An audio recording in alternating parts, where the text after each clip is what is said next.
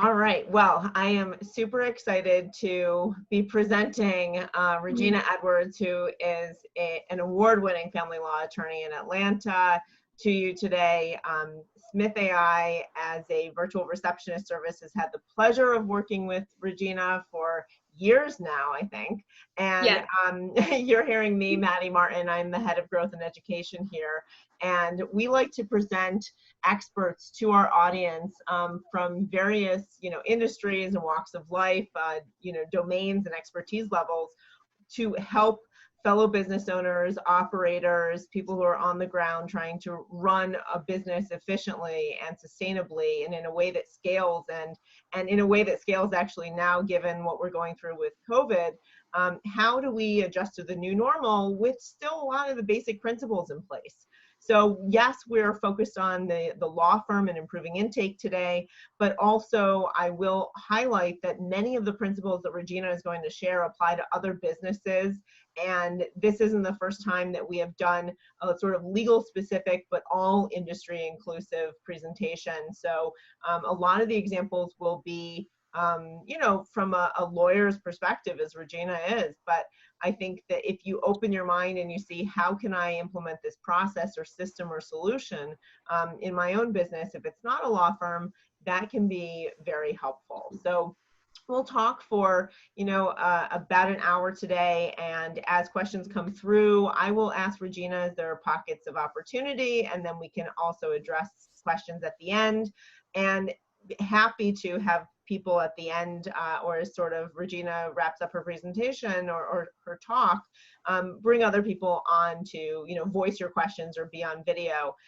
No problem at all with that. So make sure that you're writing down your questions and don't be shy. That's why we have this format.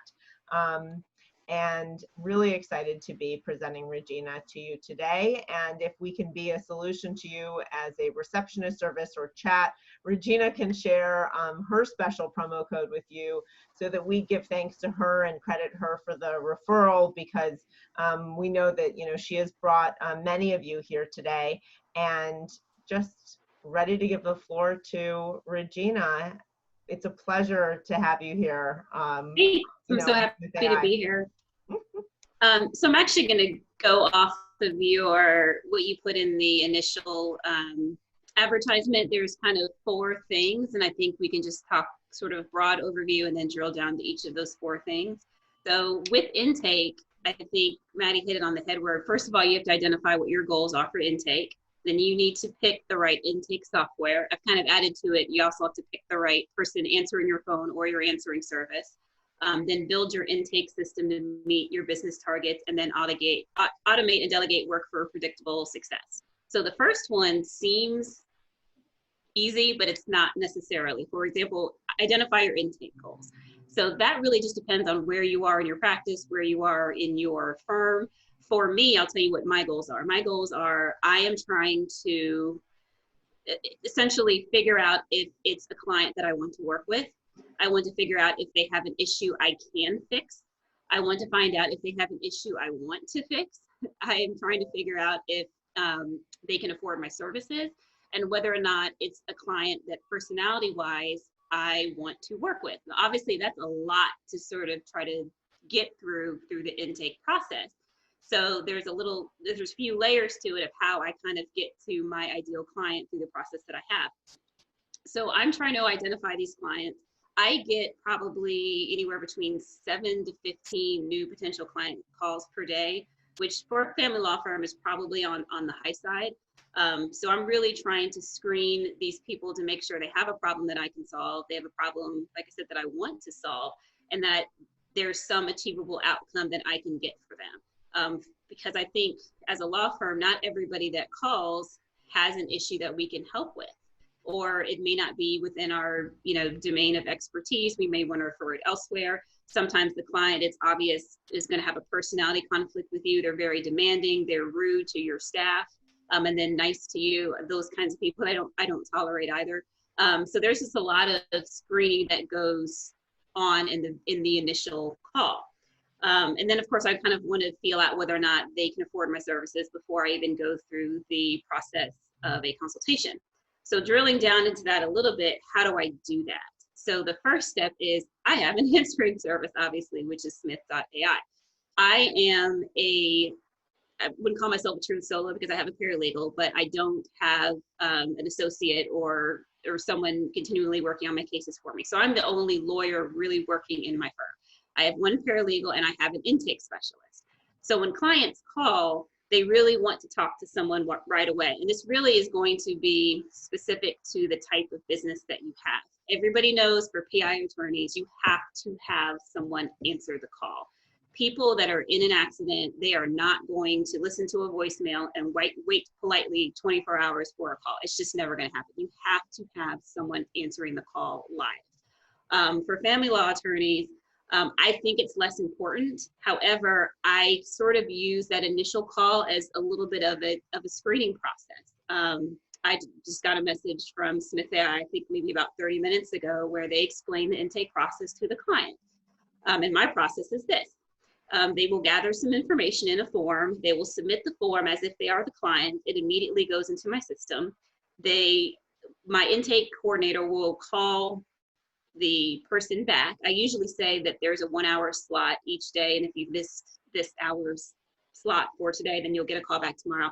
That's generally not the case. But the point is, I'm kind of prepping them to expect they may not get a call today. So there's plenty of people that say that's not acceptable, I'm calling somebody else. Great, call somebody else. That's really not a problem for me, because someone that is that anxious and wants that sort of responsiveness from a working attorney right away, it's just not something that's going to fit into my business plan. It's just not going to work for us. So I get messages all the time that says that people don't want to fill out my intake form, they don't want to give me an email address, and that's fine. That's a lost lead for me, and I don't really consider that a loss, because if they're not conforming to how you want your relationship to work from the beginning, it's just going to get worse later on. So Smith takes the information. I can show you the form, I think, with the share screen. We'll see how this works. Substato form.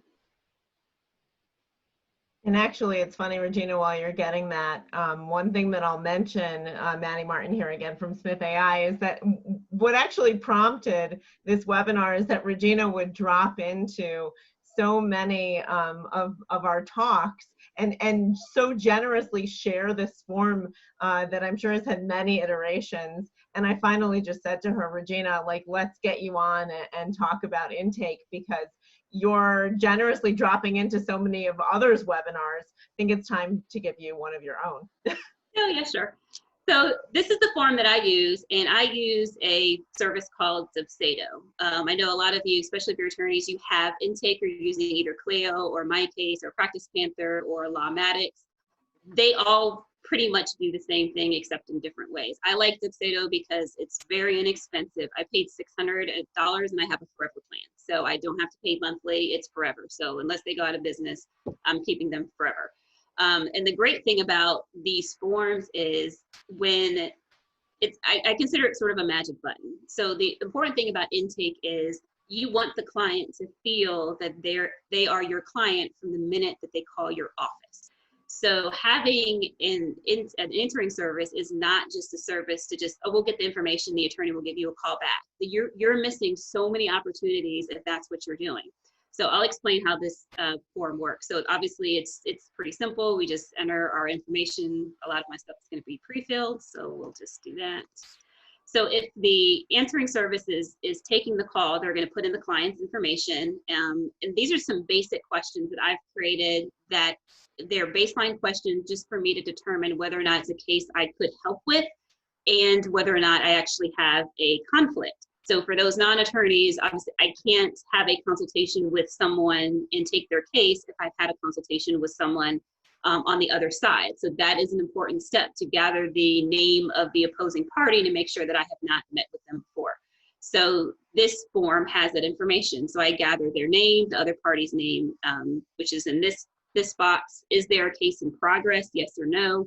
If there is a case in progress, what county is it in? I only practice in a few counties in Georgia. So I see something like Taliaferro County, Taliaferro County, I think is how you pronounce it. There's like 3 people that live there. I'm not going to Taliaferro County. So I can immediately just respond to the answering service email and say, tell the client that I don't service this county and give them a number to call in order to find an attorney in that area. Does the person have children with the other party? Then I like Smith.ai to get sort of a brief overview of what's going on with the case. I'm just gonna type that. For example, I've been married for 24 years. We've got 2 kids together. My husband has said that he wants to file for divorce. I'm not sure what to do. So they fill out this form and they hit send. So once they hit that, it's automatically going to come to me. So the key for your practice or your firm is, what is that send button going to do for you? And the answer is pretty much anything you want it to. So how do I stop sharing? Here we go. So that form has come directly to me. I review it very quickly. And like I said, if it's a case that I know I have no interest in because of the county or something else, I immediately have Smith.ai decline the call for me. If it's something I'm interested in, the form goes directly to my intake coordinator, who will call back and get additional information. At that point, I'll review those notes and either offer a consultation, or I'll decline, or maybe I'll ask follow-up questions. Some clients call knowing they're going to hire me and skip the whole consultation process. So sometimes it's just a matter of we're sending them the fee agreement. But this is all happening behind the scenes without my involvement. And that's really the key, is you're trying to remove yourself from the logjam of the intake process. So when they hit that send button, this is what happens from my end. So with Dubsado, it starts a workflow, and it's a workflow that I've created. So in my particular case, they get an email, and the email says, "Thank you so much for contacting our firm." It shows a link to my video. I've got a really nice, crisp video, which shows me walking through Piedmont Park in 6-inch heels, which definitely helps describe how I practice law. But it's a great video and clients love it, and it's a vanity video, but clients love it. So if you've got a video, either one of those highly produced vanity videos, or if you have specific videos tailored to what the client is calling about, you can have a workflow automatically set up to send them that video in response to them calling. So that's what happens when Smith takes the message and hits that send button. The client is automatically going to get an email with this particular video. Also in Dubsado, and if you guys are using Lawmatics or any of the other ones, it's the same thing. You can set up whatever workflow you want. It's the same process. So you can set it up to send your videos. You can direct them to different websites. If you've written a book or a pamphlet, anything, have that automatically sent. You want the client to feel that from the beginning, they are invested in you. Because if it's just a note, if you're using an answering service as a note-taking service, it's really just sort of a waste of time. So the workflow really helps the client feel that they're invested with you already, because they're getting an email right away saying, "Hey, thanks so much for calling. Here's what to expect next. In the meantime, do A, B, and C." I like to give people homework, especially in family law cases. A lot of times it's cases where something has happened before. So if it's a divorce, there's really not going to be anything that's happened before. But we do a lot of custody modifications, child support modifications, where there have been prior court orders. So my email actually says, if there has been a prior court order, or if you are trying to modify, go ahead and upload your document. So immediately they're given homework. They're not just given an email that says, "Hey, we're going to call you when we get around to." It's, "Hey, thanks for calling. Here's a video. Here's more about my practice. Here's more about me. Or here's what I need you to do in order for us to move forward." So a lot of times the clients immediately upload their documents, and that sort of helps me determine, well, which client is really serious about hiring me versus someone that's not. So a lot of the clients, upload the documents right away. And that does a couple of things. It gives me the information I need to help determine whether or not I want to take the case. And it also helps them feel like they're invested in my firm, and they can see how well my systems work and how seamless everything is. And it makes them feel more comfortable about working with us, which is obviously the goal, is a comfort level, especially when you're hiring a service professional such as an attorney. So at that point, my intake coordinator will call the client back, and she'll take very detailed notes. Those detailed notes, she'll probably take about 20 minutes to talk to the client. I will review those notes in probably less than 30 seconds, and I've made a decision as to whether or not I want to take the case or whether or not I want to pursue moving forward. So the system that I have with Dubsado allows me to just sort of immediately make notes to her about what I want to do next, task it to her, and it moves along the next step in the pipeline. So every single component of your intake process really can be automated. So we've got probably 25 different canned emails in the Dubsado system. And again, I'm just using Dubsado as a euphemism for Lawmatics or whatever Clio intake that you're using for your automatic responses. So if you're declining a case, one button is decline. If you're referring it to someone else, one button refer. If you need additional information, that's a canned email. But the more communication and contact you have with that client from the beginning, the less likely they are to sort of hang up and call somebody else, which is obviously what you're trying to prevent. So Regina, can I interrupt you for a moment? Sure. Just as there are a few questions that are coming through and I want to make sure that we tackle I know, I kept getting distracted and they're all different, so yeah. They're all not set to the end. So first question actually came a little bit before Aisha's, then I'll get to that one. What email system are you using to send out that automation? Is that through Dubsado? Is it another system? It's all Dubsado, yes. Okay. So I will share my screen again, maybe. And while you're doing that, can you answer if the intake coordinator is a full-time employee or actually an employee at all or a contractor? She's a contractor. I've actually never met her. She lives in South Georgia. She has an awesome Southern accent. I think I found her on Upwork. So at the time I was actually looking for something a little bit different and she really didn't kind of seem to meet my needs for that, but I saw that she had worked as a personal injury full-time intake coordinator. I'm like, well, great. If she's done PI intake, she can handle family law intake. So I just, absolutely. Yeah. That's a special skill. And also I think, you know, the PI intake specialists are really keen on how to be sensitive, but also sell and work towards a goal of conversion. Right. So that's an area where we see a lot of expertise. And it requires, you know, a lot of empathy as well, because with family law, sometimes people are in traumatic situations and they're looking for someone to not only say, yes, we can help, this is what we do, but we care, because in most areas of law, but especially in family law, the client wants to know that you care from the beginning and that you're just not, hey, give me your money and I'll solve your problem, or maybe not. They want to know that you care. So that's an important component to intake as well. So this is what the form that I just filled out comes across and looks like. There's nothing in the notes section because I haven't added anything, but when it comes across, it'll be in the notes section. So if I want my paralegal, the intake coordinator, to review something, I would just say review and call client. And then I would task it to her by using this drop-down menu. This is something that's completely customizable. Probably any system that you have is going to have some sort of funnel to put it in. These are all the different funnels that I've created. You can see there's a lot. So RIE to review is obviously me. The one that gets used the second most is Lisa, call the client back. I usually only follow up with people once. I know people tell you with intake, you're supposed to follow up repeatedly. Probably with PI, criminal, you may want to do that. With family law, quite frankly, I'm not doing it. I'm going to call you once. Leave a message. I may call you twice. That's it. I'm leaving it alone. So I have a hot lead category. If someone has been scheduled for a consultation, there's a category for that. So there's just all these different funnels. If I refer the cases out to other attorneys, I actually have funnels for that. My single law firm is part of a different partnership, so I actually have intake forms for them as well. So it's all these different funnels where you can just instantly glance at what the status of the intake is at that point. So what she will do is, if she talks to the client, then she'll obviously put the notes here and I'll review it and she'll task it back to me. So this is the section where I review the notes and then tell her what the next step is. So Dubsado does a lot of things, and again, most of your intake systems are going to do the same thing. You can send invoices, you can create appointments.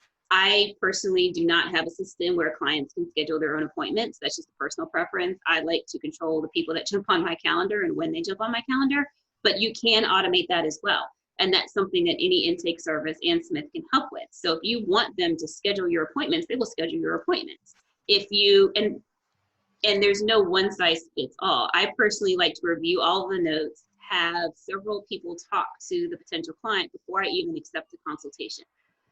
I am sure that is not everybody's preference. So if you just would prefer to know if it's a case that I can handle in an area that I can handle it, yes, I will accept the consultation. I want it scheduled. That is something that the intake service can do for you as well. So they can take a few basic notes, and based on whatever script you give Smith.ai, they can say, yes, this fits within the attorney's parameters. We can go ahead and schedule you for an appointment. If you're charging for appointments for non-PI attorneys and professionals, they can collect the payment. They can send the link to the payment to the client. They can set the appointment, put on the calendar. They can do all of those things for you. I personally just don't do it that way. I like to have my intake coordinator schedule the appointment. That's just a personal preference, but there is a way to remove yourself completely from the intake, and that just depends on just how much you want to be involved in it. You can send emails from this portal. This is where all the canned emails are. This is the initial email. Hopefully everybody can see this. This is the initial email that you get anytime somebody, oops, sorry. I think I accidentally sent it to myself. I did. Okay, so here it is. This is the initial email that all clients get when they call and they get the answering service. Try to blow it up a little bit. So all of these links are active.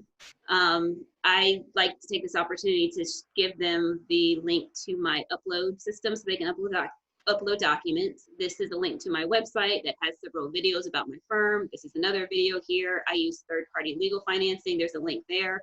So obviously this is completely customizable. So if you just think about it and create a list of all of the things that you would want your client to know about you from the moment they call your office, just put it here.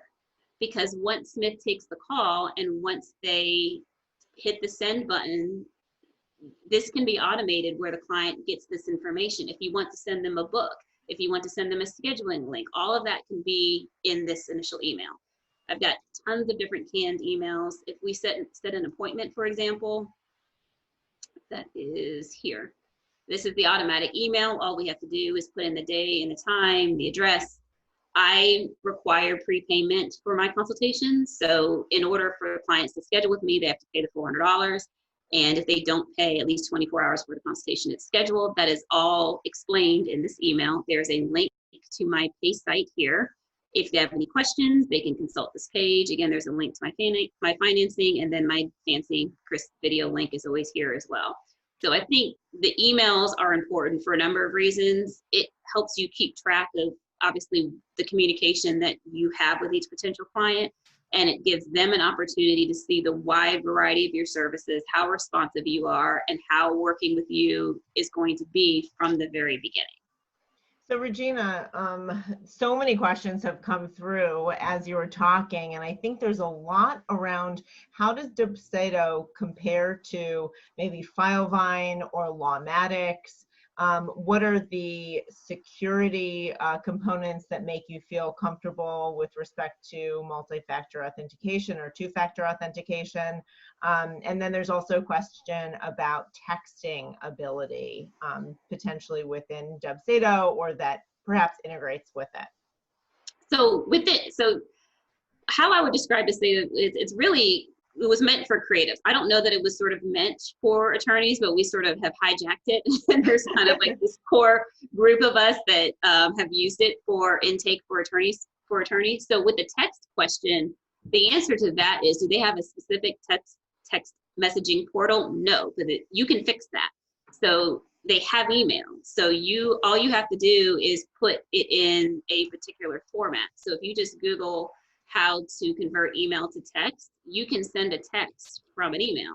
So if you have their phone number, and this is an example, I think it's like 555, whatever the phone number is, at verizon.net. I don't exactly know what it is, but it's something like that. But you include that in the email as well, and you can send simultaneously an email and a text to the client.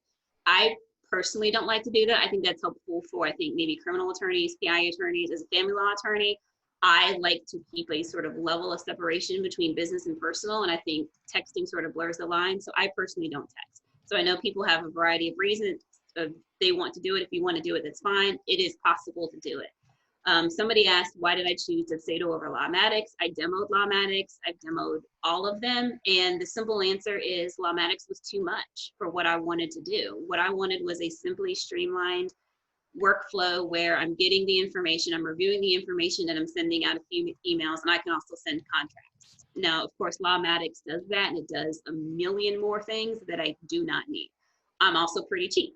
I don't want to spend what Lawmatics charges people monthly. So when Dubsado offered the free forever plan, I jumped on it. That was, I think, at least a year ago. So it's more than paid for itself. Another question is it similar to Filevine? The answer is no. I have used Filevine. Filevine is a practice management system. Dubsado is intake only. I'm also a little different in that I like to separate all of my systems. So even when I was using a standard practice management system, I really did not like having my intake buried in there. And that's because I get a lot of calls. So if you're getting 15 new client calls per day, your contacts in your PM system are just going to be bulging with all of these people that you just may never hear from again. So I like to keep all of my intake separate. It makes it a lot easier to run a conflict check. And for me, just the sort of the separation of the systems is kind of what works for me. And Robin asked, at what point do you actually speak to the client? That's a great question. Sometimes never until I'm retained. So with uncontested cases, it's usually never. I send them the fee agreement, they pay me, I work on the case, I get them divorced, we're done. With the more complicated cases, if they want a consultation and they're willing to pay the $400 consultation fee, that's when I talk to them. Because after they pay the $400 consultation fee and we set up a Zoom meeting, that's the first time I personally am going to be speaking to the client. There may be a few exceptions. For example, if I get a referral from a friend and it's, it's just a well-known referral source and they really want me to personally handle it from the beginning, I may give the client an introductory call at that point. But for 98% of the intake, I don't talk to the client until after they hire me or until after they pay for a consultation. What are the new messages? How does Smith.ai gain access to your intake form? I give it to them. It's just a link. So it's a web link that is accessible from anywhere. So I'm assuming it's in their portal that's assigned to me. So the person just clicks on the link and fills out the form and hits send, and that's it. So there was another question about Dubsado using two-factor, multi-factor authentication, strong password policies. So how are you securing what's uploaded and making sure that you're protecting that client confidentiality and information? I'm not having people actually upload anything to Dubsado. So I've researched enough. To me, the security is secure enough that I'm comfortable with it. But it's sort of similar to any intake system that you use. There's always probably going to be flaws, but I don't have anyone upload documents to that site. I use my own system, which is not my own, but it's Ignite, which is EGNYTE. That's my cloud document service, and I send them a link, and that's where my clients send documents securely, and that is definitely top of the line, 100% secure. So when they're sending me the documents, they're actually sending it outside of this Dubsado. They're just clicking on a link from the email, but it's actually taking them to a completely different system. So someone asked, have I had pushback from a client for producing documents prior to being retained? The answer is no. For some reason, they're just really anxious to show me all of their stuff, which I think is helpful. Because a lot of times I can review the documents and I can just tell from the documents, it's just not a client that I want to have a consultation with. It's not a client that I want to have a meeting with. I had somebody, when I said, hey, please send me information related to your case, they uploaded 1,458 files. That was a sign that this was not going to be an ideal client for me. So most clients really don't have an issue with it. I don't know whether or not they should. Maybe they should, but they have no problem just uploading their documents. And I guess it's because they feel secure because they're sending it to an attorney. But most of them are more than happy that someone answered the call, that they immediately got an email, and they immediately got something to do. So I actually think they like the invitation to send documents. How did you come up with the price, the initial consultation? That's my hourly rate. I am flat fee, so I normally don't bill by the hour, but when I was billing by the hour, it was $400 an hour. So that's my consultation fee. So another question is, once they hit send, does the information go to me, the intake coordinator, at the same time? And the answer is yes. So that is a cloud-based system, and they both can see it. However, I take the first pass at it. So I have it coded, so as soon as they hit send, it drops into the funnel that says RA to review. And I have it set up so the initial email to the client goes out 15 minutes later, and that's for a reason. That gives me a time to look at it. I can decline the case, I can refer it out before I can actually stop the workflow in its tracks if I know I'm not going to go any further. Regina, how do you handle questions to Smith.ai? What is some of the direction that you give the receptionist around asking for pricing, or can you tell me how much it's going to cost, or even how long it's going to take, or what's involved, or what's the likelihood that I'm going to win, so to speak? How do you sort of handle those sort of stickier questions where you want to be helpful, but you don't want to guarantee anything or commit? Right. That's really a great benefit of having an answering service, because they, by definition, don't know any of that stuff. Which is why I feel like it's better to have an outside answering service versus a paralegal who actually might know the answer and be tempted to give legal advice, which is a terrible, terrible idea. So by being the answering service, they just say, hey, look, we can't answer these questions, but what we're going to do is this. We're going to send your information. The intake coordinator and Regina will look over it, and we'll give you a call back, and those questions will be answered. So, you know, if a client is demanding an answer to a legal question on the first call, that's not my client. That's not the kind of client that I'm going to work with, because the clients that I work with are pretty reasonable people, and they know that that's not going to happen. They know they're going to have a consultation. They know that I have to hear their entire story, review documents before I can give them advice, because any attorney that's giving advice, you know, unless it's general statute of limitations based on a 30-second phone call, that's not what you should be doing. And I think most reasonable clients understand that. So I really don't get a lot of pushback about that. So Regina, do you find that your clients are more prepared or more well-educated about legal services than the average bear? Because we know that there are a lot of law firms who have clients coming to them that are not as well-educated and don't necessarily understand what constitutes legal advice. How have you sort of educated your community, maybe your referral partners, any of sort of the advertising channels?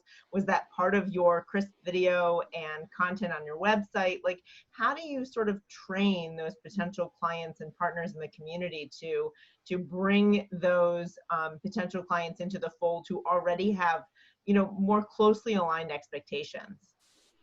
Well, I mean, the reality is I do get some people that have completely unreasonable expectations about what to expect when to call a law office. And I obviously don't have the time to call everybody back and educate them and say, hey, probably the best way to get an answer to your question is not to call the answering service and say, I want to talk to an effing lawyer right now about the problem. I just kind of let them weed themselves out. And I think Smith has pretty good intuitive receptionists that can tell when it's time to just sort of end an engagement with a client if they just have completely unrealistic expectations. But I think the fact that they are told that they're going to get a call right back and they're going to get an email with further information, that is satisfactory to 98% of the people that call my office. For some people, that's completely unacceptable. I get lots of, you know, emails from Smith that said they wanted to talk to an attorney right now and they didn't want to wait for a call back and they hung up. Okay. But for most people that are reasonable, they're okay with getting an email. They're okay with getting a call back from an intake person. Part of her job is to educate them as well about what the process is, what information she can give them, that her role is to gather information for me so I can assess their case to see if we would work well together. So that's something that I charge, you know, to her, and I've trained her to sort of work with the client in a way to sort of, so they can sort of work well together and make the client feel like their concerns are being heard and they're not wasting their time, even if it's a case that I'm not trying, that I can't help them with. So I do also have emails for resources. If I can't take their case, I'm referring you out. Here's Atlanta Bar Association. There's just a lot of things that I do in addition to just answering the calls. And you're thinking about that client experience, right? So I think that's right. One of the things that you've probably heard me talk about, you talk about a lot. You know, when you're on the phone with, or when a representative sort of your firm is on the phone with a potential client, you can get a positive or negative review on Google based on that experience alone. You know, yes. They were really friendly and helped me and put me in touch with another firm, or they really just shooed me off the phone. That can be the difference between a 5-star and a 1-star review. Like, how many times have you gone to a restaurant and had a bad experience even though the food was great? You know, that's going to influence your review the same way that it doesn't have to be actually a legal engagement where you have a review being generated for your firm. So easily avoid that, and maybe even easily build positive reputation. There are a couple questions that are coming around the intake coordinator though, Regina. So I pay her per hour. Okay, so the intake coordinator is paid per hour, and they also, are they reviewing with you, alongside you, independently, and then presenting sort of their recommendation to you to move forward with the client? How much sort of control and independence do they have to make a decision whether or not to, you know, keep someone in the pipeline? Well, she has a lot. So if it's going to be an uncontested case, quite frankly, I'll take anybody as long as they are clear about the parameters of what an uncontested divorce is. And I usually go a step further than some attorneys where I say, look, these are all the categories that you have to agree on. Because if you don't have an agreement and you pay us and it turns out you don't have an agreement, you've wasted your money. So for those people, I'm not that particular about. But in terms of if it's someone I'm going to be working with for a long time, she knows the personalities of people that I want to work with. So if someone is unreasonable, if somebody is rude, if there's just a lot of things that she knows where she'll tell me, I don't think you want to work with this person, or I think this person might have unreasonable expectations. Or conversely, I really like this guy. He spoke highly of you. He has reasonable expectations. He seemed really excited about the consultation. She kind of gives me feedback about the clients to help me make a decision of whether I want to meet with people. So someone's asking, do you think it's unreasonable to skip an intake specialist and answer my own phones? I will never advocate anybody to answer their own phone, especially as a lawyer. It's just, it takes up way too much of your time. You're going to get a whole bunch of tire kickers. You're going to get sucked into these people's sad stories and want to help them. And you'll just find yourself giving away the farm. And I'm able to avoid all of that because I'm not on the phone. And, we're human. And a lot of us as attorneys, we became attorneys because we wanted to help people. And that's just our nature. But we cannot spend all of our time on the phone with potential clients because it's just taking away from the actual work, and not to mention peace of mind and all that other. So I do not recommend anyone answering their own phone. Regina, one thing that I'll add on there that often is overlooked. So Marie Eves, you mentioned, this question to Regina, and I'll also say that if you are solo and if you have the time, whether or not you're solo, to answer your own phones, there is an opportunity cost of that free time already. It's not just could you be working on a matter, on a case, right, with a client. It's also, could you be networking? Could you be working on your business, building email templates and forms and better integration with your software? Could you be writing and being an authority on subject matters in your community or for others, teaching CLEs? Like, what are all the other things besides practicing law that only you can do that you can't outsource or automate or delegate? Because if you're not thinking around the opportunity cost and the fact that, sure, you can get a loan for money, but you can't get a loan for 25 hours in a day instead of 24. That is your most limited resource. So there is a cost to answering the call and spending the time doing that, even if you're not so busy that it's time that's the constraint based on pressure that's coming to you. Think about the other benefits and additions to your business that you can bring to accelerate growth by not answering the phone and instead choosing to do something that only you can do that you can't outsource. Right. So Olivia asked a great question, which is, for contested divorce, did the intake coordinator send out the agreement? No. So I actually sort of skipped a step. So I'm glad you asked that question. I only like to meet with people that fit their criteria that I kind of talked about earlier, and I'll go back over it. Do they have an issue I can fix? Is it an issue that I want to fix? Can they afford my services? That is key. So I put it out there. My fees are on my website. So my flat fees, and they're not cheap, they're on there.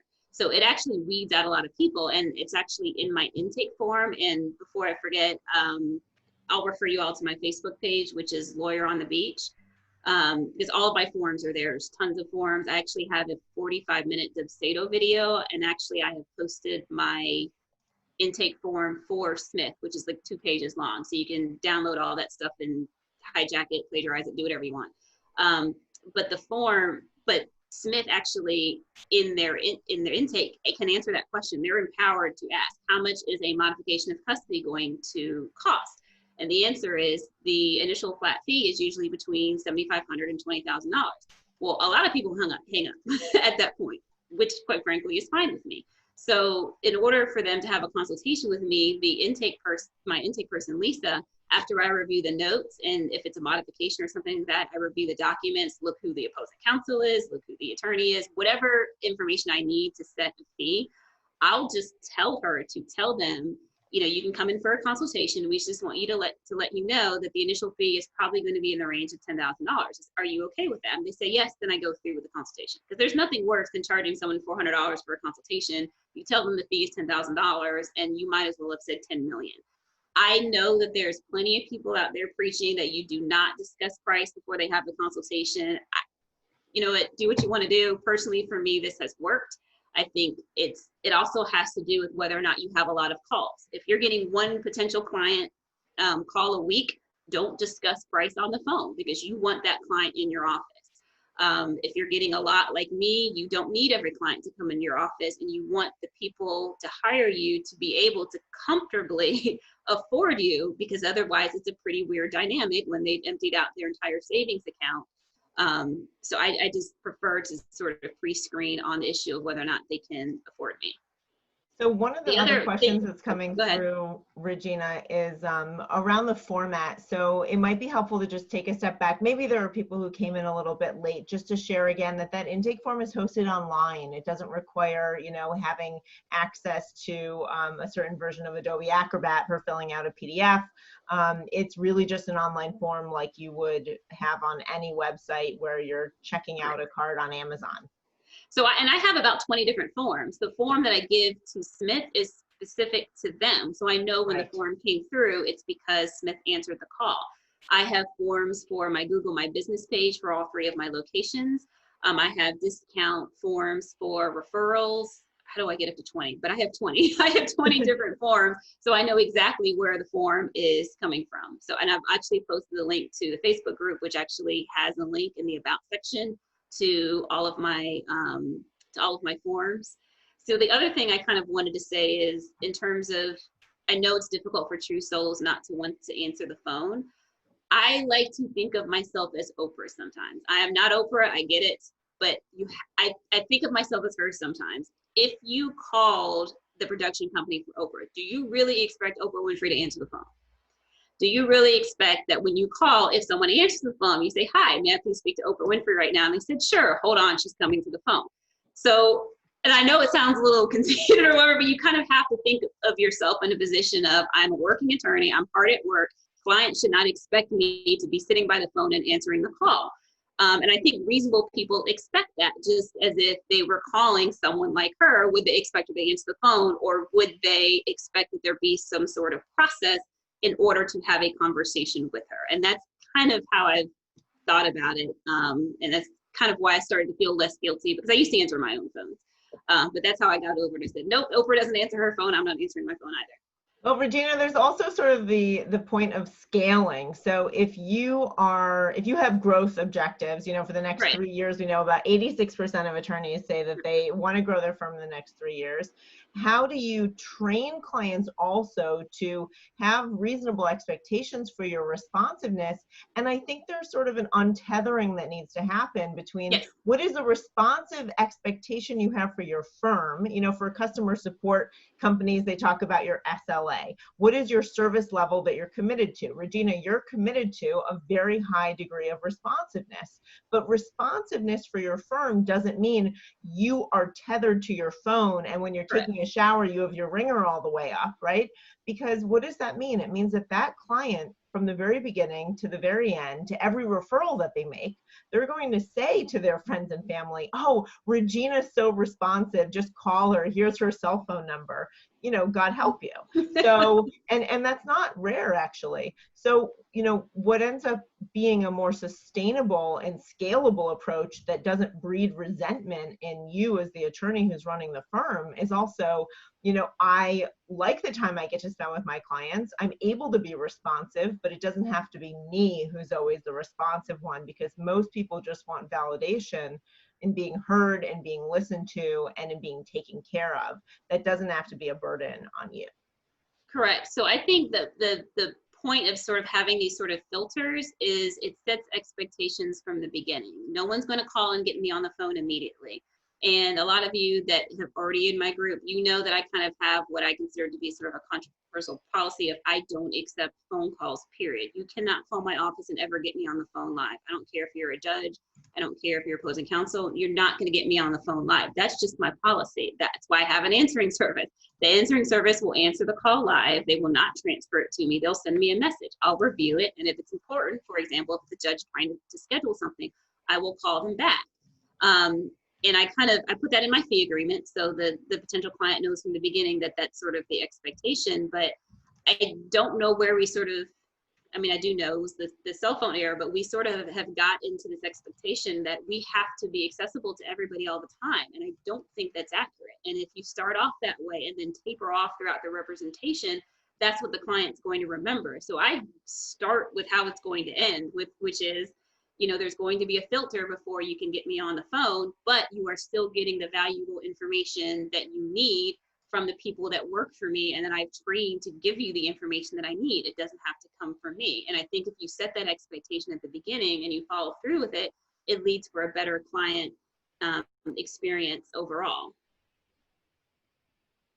So are paralegals allowed to join your Facebook group, and maybe other people who are not paralegals or attorneys? How do you? At this point, I have it set to attorneys only. Okay. And I just kind of did it at the beginning because I was trying to filter out people that were trying to sell stuff to people, because it's not about that. My group is just really a community of people that work virtually. And obviously flat fees and doing intake like this is part of it. So it really was geared directly towards to attorneys. So what are some of the ways that you would say client expectations are changing now based on COVID, Regina? Are you seeing any sort of shift? Are you changing and any it's of your for processes? the better. It is definitely for the better, because their expectations are lower, quite frankly, as opposed to before. It's people call and say, hey, I've been married for 50 years. I want to be divorced tomorrow. No, like things take time. And now with COVID, everybody just sort of assumes that everything is going to take time. So I really I wasn't really proactive in, telling clients, hey, things aren't really going to slow down. I just let them assume what they thought, and they're genuinely happy with, oh my goodness, I didn't know that you could get my divorce completed with COVID, and I didn't know your firm was still working. So I have felt that, especially with potential clients, that they are much more tolerant and patient than they were before all of this. It was just get it done, get it done, get it done, get it done.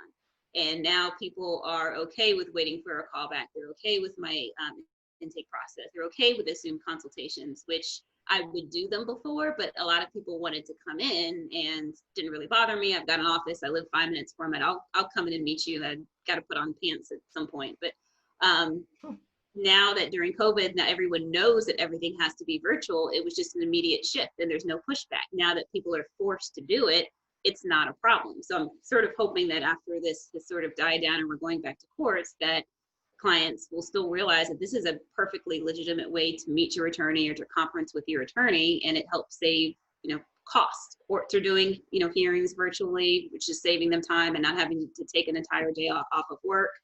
There's okay, Christy sent me an email. Can a virtual paralegal, Christy, just join the group? I will accept you. That's fine. Special dispensation. Yes, I'm making an exception, Christy. Send me just log on to the group and then invite you. You can be. Mention the webinar, right? Someone asked about an intro video. That's actually a great question because I'm in the middle of doing that now. So I have about 20 different 2-minute videos that I need to deploy. And I've got some that are geared towards the intake process, what to expect next from your attorney. You can create that and build that into your workflow at any point. So I wouldn't recommend doing it on the first go round, but if it's someone that after you have pre-screened them, especially for conflict checks, for goodness sake, please do your conflict checks after you get the initial intake form. So maybe on the second email, once you've passed the conflict check, it's something that you're interested in, then maybe send them some of these videos that talk about your process, how to work with you, what it's going to be like working with you, and also specific to their particular case. Because I practice about 9 different areas of family law, so I could just shoot off a video that specifically is tailored to what that particular person is calling about. I'm also doing Canva a Canva sort of intro booklet that is going to be sent out, I believe, after the first email, after I've done the conflict check, to give a more sort of overview of what it's going to be like to work with us. I want the client to be able to visualize the experience of working with us and to know what the expectations are from the very beginning. So Regina, what are you using for these videos? How do you produce them? Are you uploading them to YouTube, or are you sort of widely circulating them? Where do they live? Are they searchable on your website? What's the? Oh, they're all over the place. It's completely scattershot because I don't really do a ton of marketing. So who did the videos is a guy, oh, I cannot remember his name, but the name of the site is, I think it's called Real Lawyers. I believe he created Super Lawyers and then sold it to Reuters and then started his own thing, which is basically a database of attorneys and that have a whole bunch of videos. So I'm going to check to make sure that that's the correct. And in the meantime, so Canva, for people who heard Regina mention that, that's actually a really good site for presentations, for social media cards and graphics and things like that. You can use it for free, and then there's also paid options. There we go, Real Lawyers. Yes, and I'm trying to find my page on it, but every attorney gets their own page. I think he did 20 videos and it was only about an hour of shooting time. It was pretty well done. So I just haven't deployed them yet. So, and it actually doesn't even have to be fancy. And I've seen plenty of people that upload videos. There's just the iPhone in a car talking, or they're talking about a recent win. Quite frankly, especially with criminal clients and PI clients, those attorneys are turning out videos on a pretty consistent basis. So it really doesn't have to be fancy. But oh yes, Loom video is great. Also, I do use Loom for demonstration videos as well. So that, again, all of this can be deployed automatically in your intake system as soon as someone calls and talks to you. The next thing they get is a video that directly relates to the problem that they called about. I mean, that's just great advertising for your firm, and it should confirm in their mind that you are the firm to work with.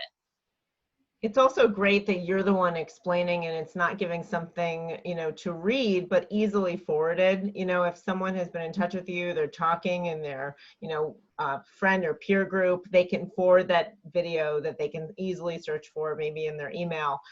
There are a couple questions around sort of wraparound services, Regina. So what other support staff do you use? Obviously, there's accounting, tax professionals, maybe finance professionals.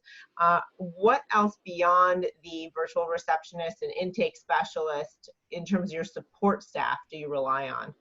I only have one. I have one full-time paralegal, and that's it. So occasionally I will contract out and have a contract attorney, because I've been kind of virtual for a while. I'm actually in Arizona now, and I have been for like 6 weeks, even though my firm is in Georgia. So sometimes I use contract attorneys to go to court or do mediations. But other than that, I have one paralegal, and that's it. I used to have a much larger firm. No, not against anyone that has a larger firm. It simply was not right for me, and I decided to scale down, and it was just going to be me and a paralegal, and it's been that way for 3 years, and it's great. I work 18 hours a week, and I make more than I did when I was working a lot more than that. So that's just kind of the business structure that I've set up for myself that I like. Somebody asked, so Maddie put, if you want to get contract attorneys, there are some services that you can use. Angel asked, what part of your intake process yields the most lucrative clients? I can kind of tell based on the initial notes whether or not it's going to be decent. I am actually trying to niche down even further. So I'm only family law, and I'm in the Atlanta metro area. But I want to take a specific county, which is Gwinnett County, which is a fairly large county in Georgia, and I only want to do divorce. So that's as specific as it gets. I want to do one type of law in one county, and that's it. And there's plenty of divorces to be had. So whenever I see something that comes across that's divorce in Gwinnett, that's priority. I get it over to her right away. And she also knows that there's a specific thing to talk to them about, that I used to be president of the Gwinnett Family Law Bar Association, that I have an office right across from the courthouse. So she knows how to highlight things that the client would care about and that is relevant to their particular issue. So that's an important thing that the intake coordinator really needs to be trained on. Is it's not about me. I mean, by the time they call me, I'm all over the internet. I'm super Googleable. People know who I am. They know I'm capable of doing what I'm doing. So I've been doing it for 20 years. But that is less important than how can I actually help them?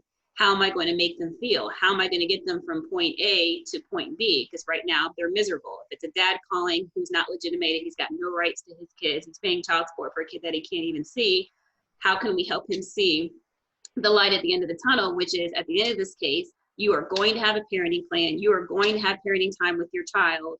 That's the light at the end of the tunnel that they have to be shown at the beginning. And we just kind of have to connect the dots, and they just have to trust that we are the people to have to get from point A to point B. And that's kind of what intake is about. Regina, I think that you just expressed, just by your facial expression, but also what you said, a really key component in this process of intake. And you were so encouraging right there, and so motivating and positive. How does that play into maybe your training with the intake specialist, your first consultation? Does that sort of momentum and positivity that you just brought to us right here play into how you interact with clients? Do you feel like that's a really important component to make sure you're in the right mindset and smiling, and that's coming through in your tone? How does that relate to that sales process and really going from intake to retainer and winning the client?